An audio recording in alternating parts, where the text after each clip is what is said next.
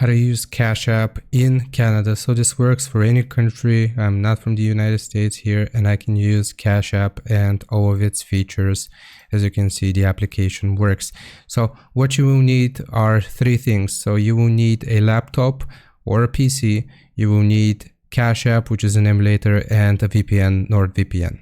So the first thing, you can get NordVPN here from the link in the description at the top or as the pinned comment, and it is going to look like this. So you want to get NordVPN, you create an account, and after you have created an account and downloaded the VPN itself, it is going to look like this.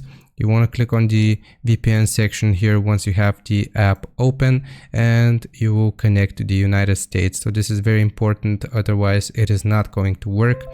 So after you have been connected to the United States, what you want to do, the second step, is going to be going to Google and searching for Cash App BlueStacks, and you want to click on this first link here that pops up.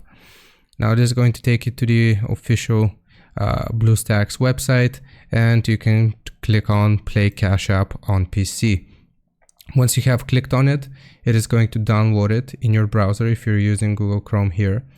So it's going to look like this, BlueStacks installer. So you just want to click on it to open it up, and this is going to install Cash App on your PC so you can use it.